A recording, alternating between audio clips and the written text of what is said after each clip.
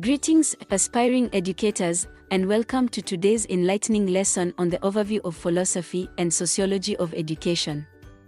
But before we dive into today's lesson, don't forget to show your support by hitting that like button and subscribing to our channel. By doing so, you'll stay updated on all our future lessons and resources designed to enhance your teaching prowess in the CBC curriculum.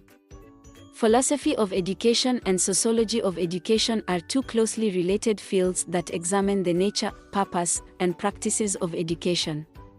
While philosophy of education focuses on the theoretical and conceptual foundations of education, sociology of education explores the social and cultural factors that shape educational systems and practices. Philosophy of education deals with fundamental questions about education, such as, what is the purpose of education? What is the nature of knowledge? What is the role of the teacher? What is the relationship between education and society? Philosophers of education explore these questions through various schools of thought, including pragmatism, essentialism, progressivism, and perennialism. Sociology of education, on the other hand, studies the social and cultural contexts of education. It examines how social factors such as race, class, gender, and culture impact educational opportunities and outcomes. Sociologists of education also study the institutions and organizations that shape education, such as schools, universities, and government agencies. Both philosophy of education and sociology of education are interdisciplinary fields that draw on theories and methods from other fields, such as psychology, anthropology, and political science. They are concerned with understanding and improving educational practices to promote social justice and equality. With that in mind, let's take a closer look at the concept of sociology and philosophy of education. Sociology of education and philosophy of education are two related disciplines that focus on understanding education and its relationship to society. Sociology of education examines education from a sociological perspective, exploring the social and cultural factors that influence educational institutions and practices. It seeks to understand how education is shaped by broader social structures and institutions such as politics, the economy, culture, and social inequality.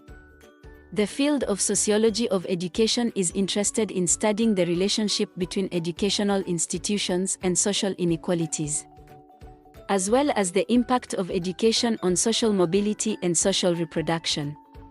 Philosophy of education, on the other hand, is concerned with understanding the conceptual and theoretical foundations of education. It seeks to answer questions such as what education is, what its purpose is, and what values and beliefs should be promoted through education. Philosophers of education also explore questions related to teaching and learning, the nature of knowledge, and the role of the teacher. Both sociology of education and philosophy of education are interdisciplinary fields that draw on theories and methods from other disciplines such as psychology, anthropology, and political science. They share a common goal of understanding education and its relationship to society, and both seek to promote social justice and equality through education. However, sociology of education tends to focus more on the social and cultural factors that influence education, while philosophy of education tends to focus more on the theoretical and conceptual foundations of education. Moving forward, let's evaluate sociological and philosophical concepts in a learning situation. Sociological and philosophical concepts can be applied to a learning situation in a number of ways. Here are some examples. 1. Social inequality and education. Sociological concepts such as social inequality can be applied to understanding educational disparities among different social groups. For instance, students from low-income families and minority groups tend to have lower academic performance compared to their wealthier and white counterparts. By recognizing the social and cultural factors that contribute to these disparities, educators can take steps to address them and promote equal educational opportunities for all students. 2. The purpose of education. Philosophical concepts such as the purpose of education can guide educational practices and policies. For example, if one believes that the primary purpose of education is to prepare students for the workforce, then curricula and assessments might be designed to emphasize vocational skills.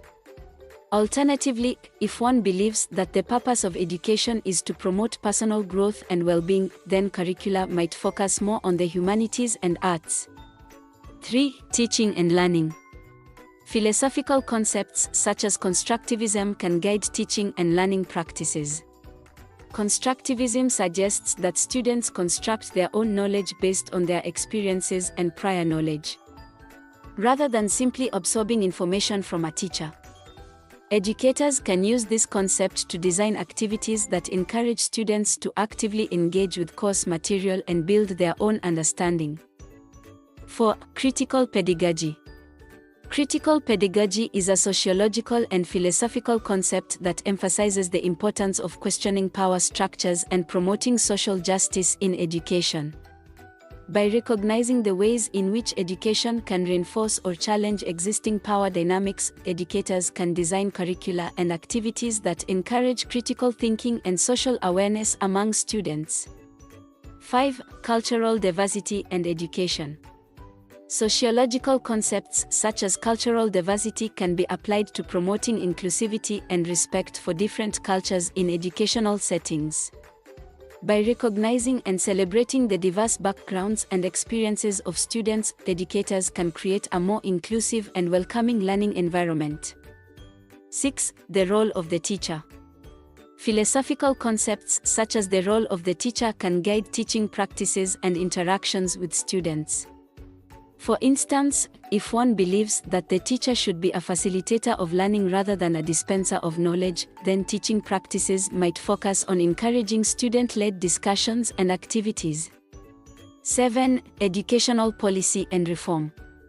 Both sociological and philosophical concepts can inform educational policy and reform efforts. By understanding the social and cultural factors that shape educational practices and outcomes, policymakers can design policies and programs that promote equity and access. Similarly, by engaging with philosophical debates about the purpose and value of education, policymakers can shape educational policies that align with their values and beliefs.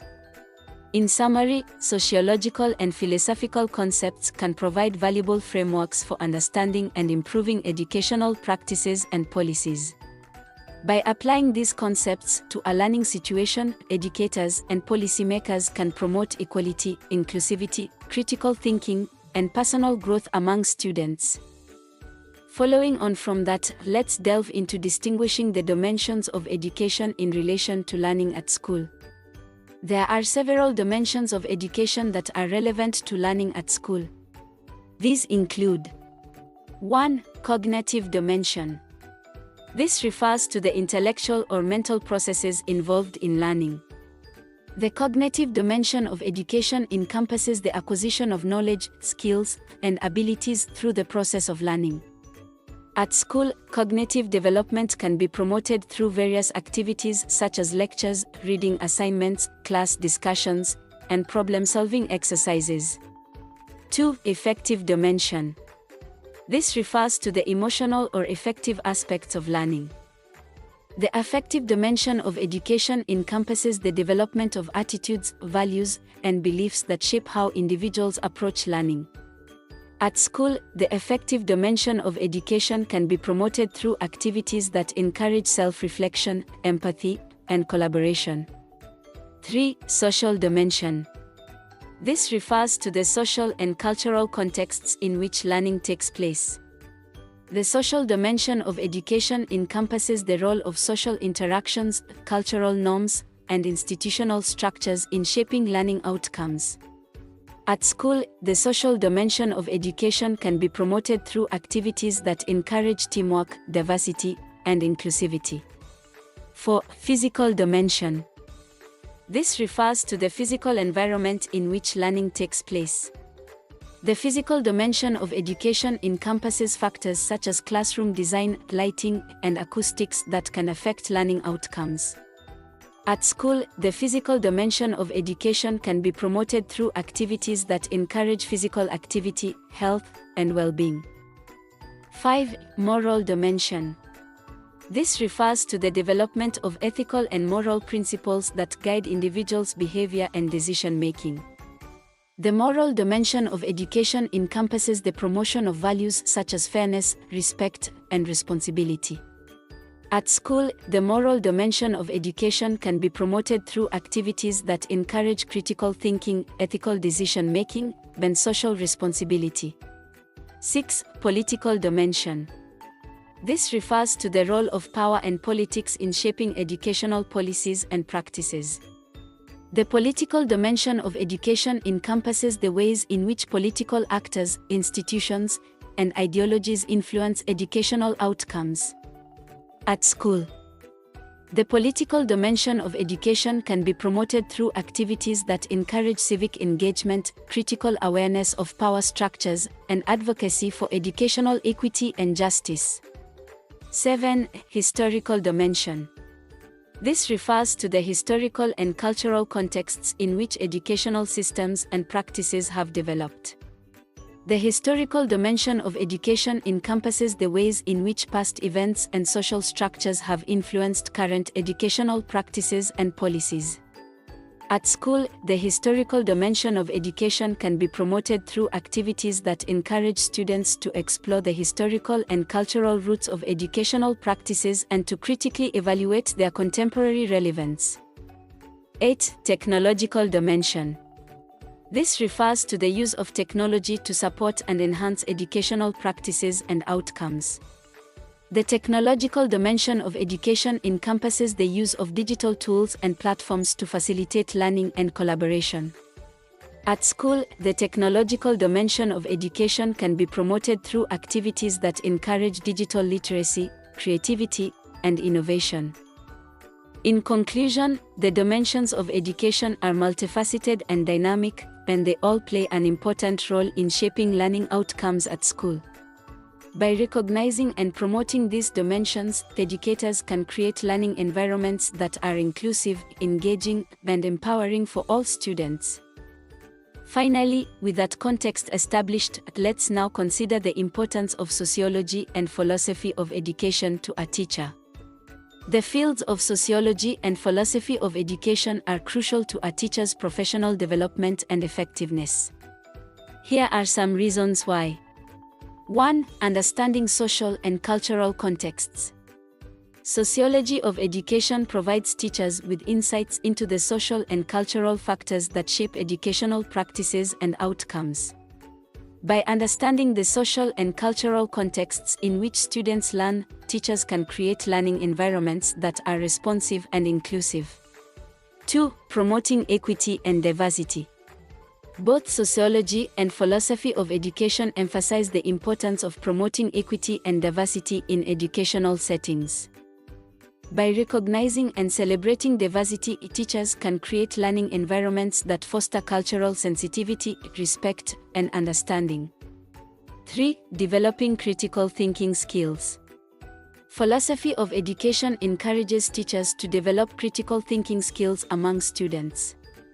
By engaging students in debates and discussions about complex ideas and ethical issues, teachers can promote critical thinking skills and intellectual curiosity. 4. Enhancing pedagogical practices. Both sociology and philosophy of education can enhance teachers' pedagogical practices. By understanding different theories of learning, teaching, and curriculum design, teachers can develop effective and innovative teaching strategies that meet the diverse needs of students. 5. Shaping educational policies and practices. Both sociology and philosophy of education are relevant to shaping educational policies and practices. By engaging in debates about educational policies and advocating for educational equity and justice, teachers can make a positive impact on their students and the broader community. 6. Fostering reflection and self-awareness. Philosophy of education encourages teachers to reflect on their own teaching practices and to develop self-awareness. By reflecting on their own teaching practices and beliefs, teachers can identify areas for improvement and develop a more nuanced understanding of their own teaching style and philosophy. 7. Promoting ethical decision-making. Philosophy of education emphasizes the importance of ethical decision-making in educational settings. By engaging in ethical discussions with students and encouraging them to think critically about ethical issues, teachers can promote ethical decision-making and social responsibility among students. 8. Understanding student motivation and behavior. Sociology of education provides teachers with insights into student motivation and behavior. By understanding the social and cultural factors that influence student motivation and behavior, teachers can create learning environments that foster positive attitudes towards learning and promote positive behavior. In conclusion, the fields of sociology and philosophy of education are invaluable to a teacher's professional development and effectiveness. By understanding the social and cultural contexts of education, promoting equity and diversity, developing critical thinking skills, enhancing pedagogical practices, shaping educational policies and practices, fostering reflection and self-awareness, promoting ethical decision-making, and understanding student motivation and behavior, teachers can create learning environments that are engaging, empowering, and inclusive for all students.